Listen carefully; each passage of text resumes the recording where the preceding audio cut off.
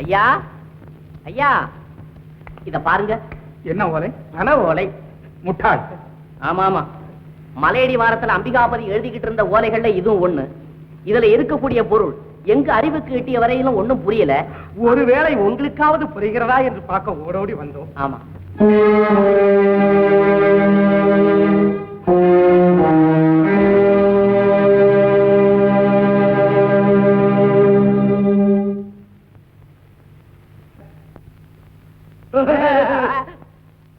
ஐயா, அதுல என்ன எழுதி இருக்குதுன்னு சொன்னா நாங்களும் கொஞ்சம் சிரிப்போமே. இல்லை, இது நான் மட்டுமே சிரிப்பதற்காக உள்ளது. ஆஹா, மாணவ மணிகளே, உங்கள் திறமையே திறமை. எப்படியோ அவன் கண்களிலே மண்ணை தூவி விட்டு கொண்டு வந்து விட்டீர்களே. மண்ணையும் தூவல கல்லையும் தூவல. திருடிக்கிட்டுல வந்தோம். புள்ளிமான் புலியின் குகைக்குள் வந்தது மட்டுமல்ல, அதன் வாயிலேயும் விழுந்து விட்டது. ஐயா, அதுல என்ன எழுதி இருக்குதுன்னு சொன்னா சொல்லுகிறேன். இது சரியான வெடி மருந்து. சந்தர்ப்பம் வரும்போது வெடிக்கும். வெடிக்குமா? இது பண ஓலை அல்லவா? பனை ஓலையையும் வெடிக்க வைக்கலாம், பகுத்தறிவை உபயோகப்படுத்தினார். ஐயா, அதே பகுத்தறிவை உபயோகப்படுத்தி அந்த அமராவதிக்கு எனக்கும் திருமணம். வெங்காயம் உரிச்சிருவேன் தோலை. சரி, அவளை கேட்பானேன். கேட்பதாகவே வைத்துக் கொள்வோம். அமராவதி பதில் சொல்வார்களா? நானும் தான் அங்கே பதில் சொல்லும். தலை தானே கவிழும், கண்கள் கட்டை விரலை நோக்கும், கரிவா இதழிலே புன்முறுவல் தவழும். இலக்கிய உலகிலிருந்து வாழ்க்கைக்கு வாருங்கள். அமராவதியின் விருப்பத்தை கேட்காமல் எதையும் செய்ய நான் தயாராகில்லை. யாரங்கே? அரசே, இளவரசியை அழைத்து வா.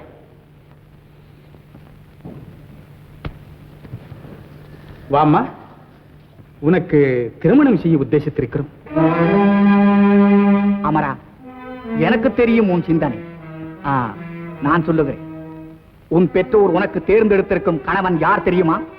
வேங்கி நாட்டு இளவரசன், காளையர் புகழும் வீரன், கண்டோர் மயங்கும் மாறன், புலவர்கள் போற்றும் தீரன், உலர்வதிலே மகாசூரன். கூத்தர் குருடராக மாறியது எப்போது என்று எனக்கு புரியவில்லை. அப்பா அப்பா, எனக்கு இப்போது திருமணம் தேவையில்லை. காரணம்? காலம் வரும்போது சொல்கிறேன். அமரா,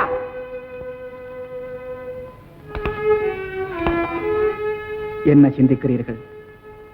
அமராவதியின் பேச்சு, அவள் நடந்து கொள்ளும் முறை எல்லாம் புதுமையாக இருக்கிறது. அரசே, கரையில் நின்றபடியே கடலுக்கடியில் கிடக்கும் முத்துக்களை கூட கணக்கிட்டு விடலாம். ஆனால் இந்த கண்ணீரின் உள்ளத்தை கண்டறிவது மிக மிக கடினம். என்ன சொல்லுகிறீர்கள்? சொல்லுகிறேன். அமராவதி காதல் வசப்பட்டு விட்டார். காதலா? ஆமா, அரசிளங்குமரிக்கும் அம்பிகாவதிக்கும் காதல். கூத்தரை, இன்னொரு முறை அப்படி சொல்லாதீர்கள். ஏழை புலவனுக்கு காதல் என் மகள் மீது இல்லை, அரச பீடத்தின் மீது அம்பிகாவதிக்கு ஏற்பட்டிருக்கும் ஆசையின் விளைவுதான் இந்த காதல் நாடகம். குழப்பாதீர்கள். இதற்கு சான்று? சான்று பல உண்டு, அதிலே இதுவும் ஒன்று. மன்னன் இந்த பைங்கிளியே, அயலொருவர் கண்படுமோ என்று அஞ்சி பயத்தோடு உன்னை கங்குலிலே காண்பதல்ல கணப்பொழுதும் இணைபெரியா காலம் என்றோ. இது எப்படி கிடைத்தது உங்களுக்கு? ஒரு நாள் நள்ளிரவிலே எல்லை புறத்திலே ஏரிக்கரை அருகே இரு உருவங்கள் கூடி பிரிந்தன. கள்ளை குடித்த வெறியன் கைப்பணத்தின் கணக்கறிய மாட்டார்.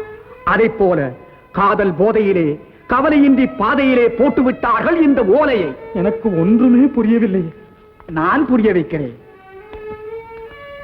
மன்னா, ஒரு வேண்டுகோள். என்ன? நாளை விருந்தொன்றுக்கு ஏற்பாடு செய்யுங்கள். யாருக்கு? கம்பருக்கு.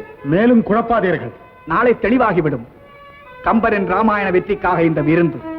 அம்பிகாவதியும் அழைக்கப்படட்டும், அமராவதியே பரிமாறட்டும். உத்தரே. அமைதி அரசே, அமைதி. விருந்துக்கு அம்பிகாவதி வரப்போவதாக அமராவதிக்கோ, அமராவதியே அன்னம் படைப்பாள் என்று அம்பிகாவதிக்கோ அறிவிக்க வேண்டாம். எதற்காக இந்த ஏற்பாடு? அவர்கள் நிலையை தாங்கள் புரிந்து கொள்ள. மன்னா, கதிரவனை கண்டுவிட்டால் கண்கள் கூசாமல் இருக்காது. அதை போல காதலர்கள் சந்தித்து விட்டால் அவர்கள் கண்கள் பேசாமல் இருக்காது. காதற் சுவையிலே கைதேர்ந்தவன் இளமையிலே தேறிவிட்டான். புலமையிலே அவனுடைய கவிதை ஒன்றை கண்டேன், திகைத்து போனேன். பிரிவு துயரை அதைவிட அழகாக சித்தரிக்க வேறு யாராலும் முடியாது. அப்படியா?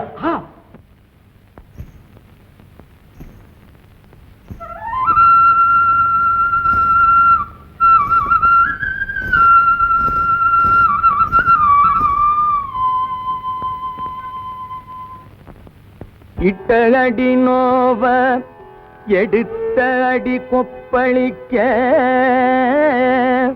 வட்டில் சுமந்து மருங்கசைய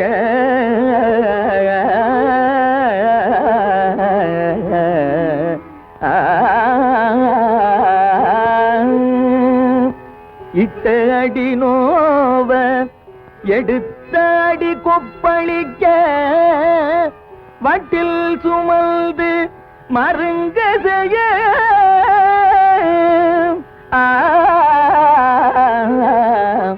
மருங்கசைய கொட்டி கிழங்கோ கிழங்கு கொட்டி கிழங்கோ கிழங்கென்று கூவுவாள் நாவில் வழங்கோசி வையம் பெரும் வழங்கோசை வையம் பெரும்.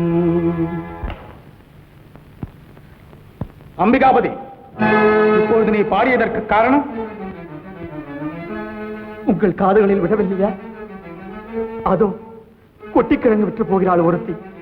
பழுத்த பழம், கொளுத்துகின்ற வெயில், சுடுமணலில் அவள் பாதங்கள் துடிக்கின்றன. அவள் குரலை கேட்டான் அம்பிகாபதி. மனமுருகி பாடிவிட்டார். நல்ல கற்பனை. இட்ட அடி நோவ எடுத்த அடி கொப்பளிக்க இளவரசியார் வட்டில் சுமந்து வரும்போது அம்பிகாபதி கொட்டிக்கிழங்கு விற்பவளை பற்றி பாடியது விந்தையிலும் விந்தை. யாரங்க? அரசே, அந்த கிழவியை அழைத்து வா.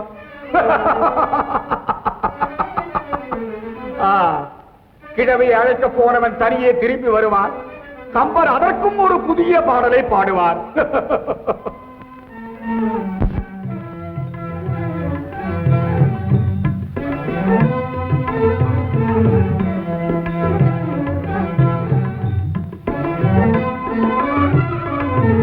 அப்பாடி,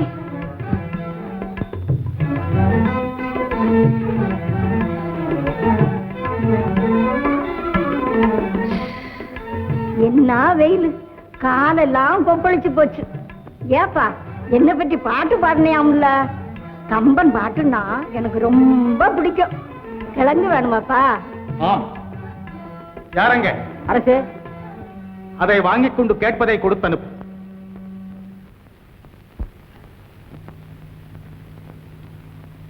அம்பிகாபதி, இன்று உன்னை காப்பாற்ற கலைவாணியே கிழவியாக வந்தாள் என்று எண்ணுகிறேன். இல்லையே, இந்நேரம் உன் கெடி என்ன ஆகியிருக்கும்? உன்னையே தன் உயிராக எண்ணியிருக்கும் உன் தந்தையின் மனம் நோக்கும்படி நடக்காதேப்பா. இல்லை, இதுவரை அப்படி நடந்ததில்லை, இனியும் நடக்க மாட்டேன். ஆனால் இந்த ஒரு விஷயத்தில் மட்டும் கூடாது அம்பிகாபதி, கூடவே கூடாது. காலன் காதலி உரிவிலே காட்சி தருகிறான். எச்சரிக்கிறேன், அவளை மறந்துவிடு. மறப்பதா? மன்னியுங்கள் என்னை. காற்று வீசுவதை மறக்கலாம், கடல் நீர் அலையை மறக்கலாம், என்னால் அமராவதியை மறக்க முடியாது.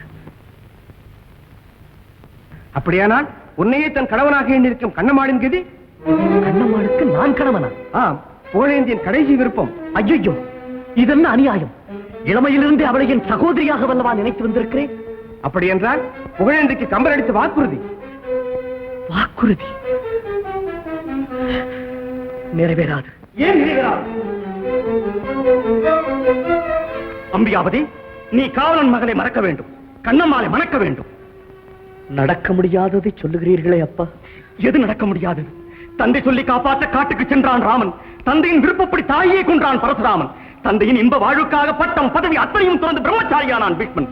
தந்தைக்காக தன் இளமையை தியாகம் செய்தான் யயாதியின் மகன். மகனே, நான் உன்னிடம் கேட்பதெல்லாம் அமராவதியை மறந்துவிடு என்பதுதானே?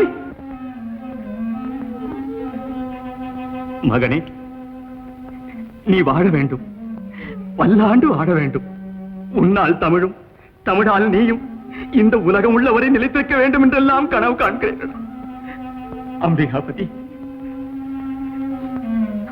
இந்த தள்ளாத வயதில் என்னை தவிக்க விடாதே. குழந்தை, நெருப்பிட நெருங்காதே.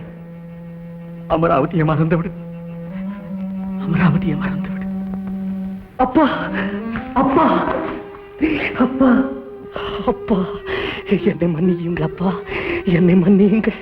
உங்கள் வார்த்தையை கேட்கிறேன் அப்பா, உங்கள் வார்த்தையை கேட்கிறேன். என்னை இறந்துவிடு என்று சொல்லுங்கள், மறக்கவில்லை. அமராவதியை மறந்துவிடு என்று மட்டும் சொல்லாதீர்கள். அவளை மறக்கும் சக்தியை நான் என்றோ இழந்து விட்டேன் அப்பா, என்றோ இழந்து விட்டேன். என் இதயத்தில் குடியேறி விட்டவளை நீக்குவதற்கு ஒரே ஒரு வழிதான் உண்டு. அது என் ஆவியை பிரிப்பதுதான் அப்பா, அது என் ஆவியை பிரிப்பதுதான்.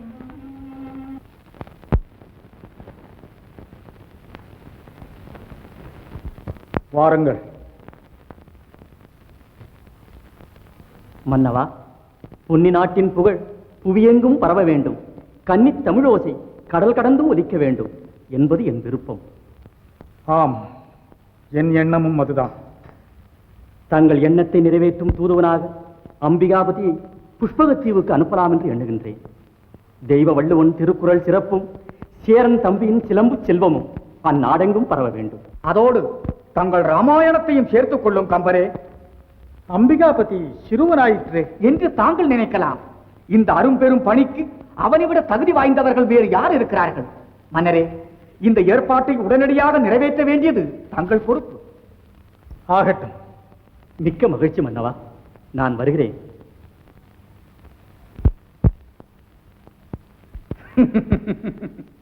பார்த்தீர்களா கம்பரின் தோற்றத்தை?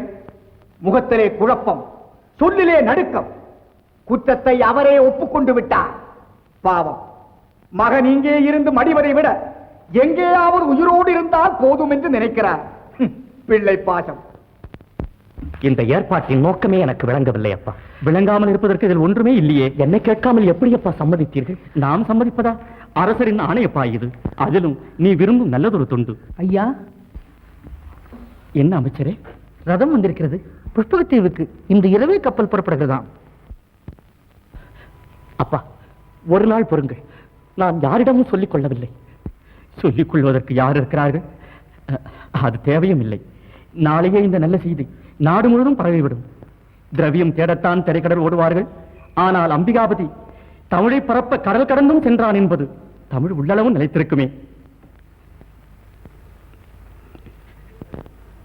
சென்று வா மகனே, வெற்றியோடு திரும்பு.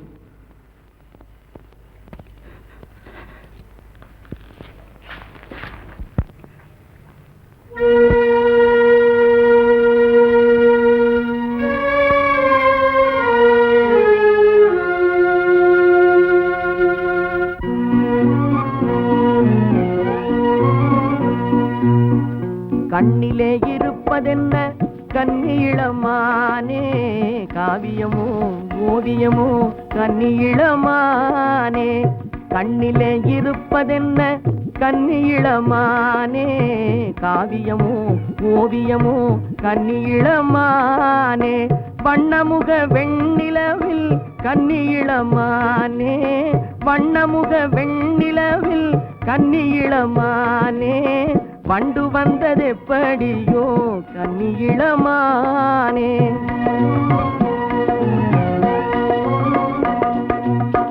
அண்ணனடை பின்னுவதேன் கன்னியிளமானே, யார் விழிகள் பட்டனவோ கன்னியிளமானே. சின்ன இடை மின்னலெல்லாம் கன்னியிளமானே, சின்ன இடை மின்னலெல்லாம் கன்னியிளமானே. என்றல் தந்த சீதனமோ கன்னியிளமானே. கண்ணிலே இருப்பதென்ன கன்னியிளமானே, காவியமோ ஓவியமோ கன்னியிளமானே.